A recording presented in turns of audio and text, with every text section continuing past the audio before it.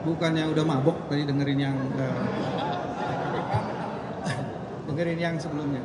Baik, saya akan memulai dengan hal-hal yang belum diungkapkan. Bagian pertama gini, saya bikin asumsi dulu.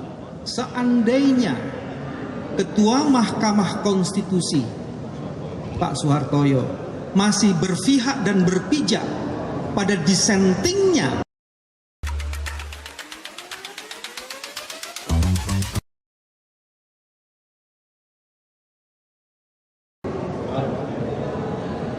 karena posisinya kan jadi 4-4, ya kan?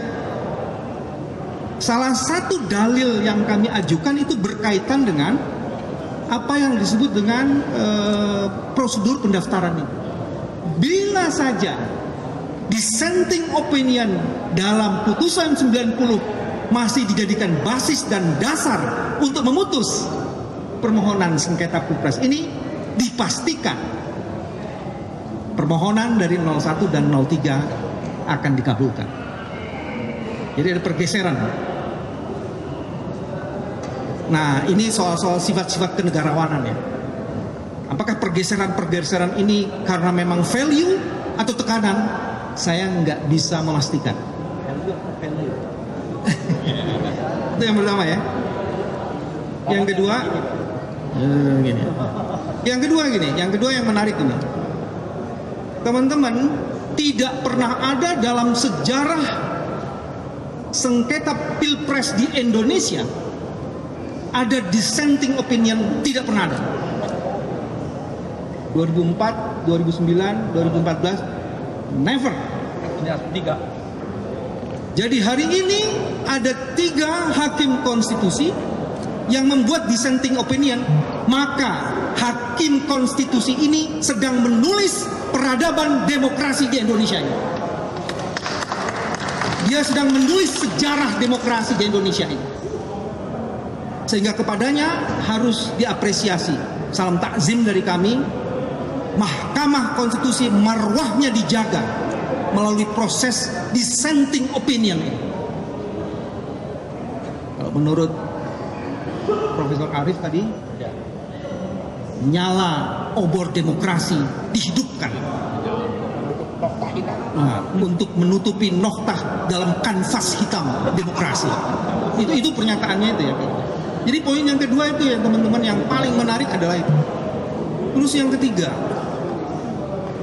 dissenting opinion itu menyatakan perlu dilakukan pemilihan suara ulang, pemungutan suara ulang. Bukan 6, ada 8. Saya sebut ya supaya nggak lupa ya. Sumatera Utara, Jakarta, Jawa Barat, Jawa Tengah, Jawa Timur, Bali, Kalimantan Barat, dan Sulawesi Selatan.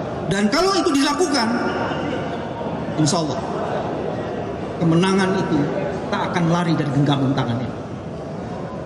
Dan yang paling menarik, kenapa perlu dilakukan pemungutan suara ulang? Dalil kami dari 3 orang hakim itu, dalil kami mengenai bantuan sosial itu terbukti telah dimanipulasi. Dan dalil kami mengenai adanya mobilisasi penyelenggara dan aparat negara sehingga kemudian independensi mereka tercederai, itu juga terbukti menurut Profesor Saldi dan Profesor Emi. Yang dahsyat Profesor Arief, semua dalil kami terpenuhi menurut Profesor Arief. Semuanya terpenuhi. Dahsyat. Nah, ini yang menarik. Yang keempat adalah tadi sudah dijelaskan, cuma saya mau tekanin lagi. Alhamdulillah seluruh argumen yang dibangun oleh 02 pihak terkait, terutama yang berkaitan dengan eksepsi, ditolak semuanya. Dan teman-teman bisa melihat seluruh pertarungan gagasan yang dirumuskan dalam putusan itu berkaitan dengan dalil kami, tidak ada dengan dalil mereka. Jadi artinya dalil-dalil yang diajukan kami memang perlu dibahas satu persatu. Yang kelima, ternyata ada cukup banyak catatan di mana Mahkamah Konstitusi tidak masuk dalam perdebatan yang mereka membuat catatan. Disebutkan bahwa Bawaslu tidak bisa menjalankan fungsinya secara optimal karena undang-undang tidak mengatur secara detail.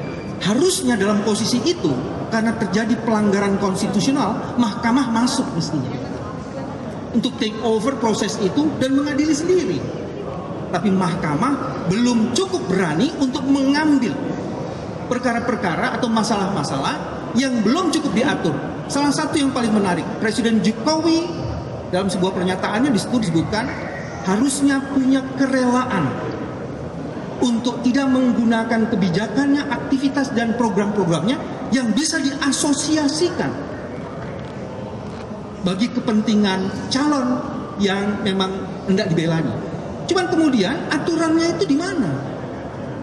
Seharusnya karena ini adalah forum konstitusional, ada pelanggaran value of the constitution, terutama pasal 22E ayat 1, maka mahkamah harus masuk di situ.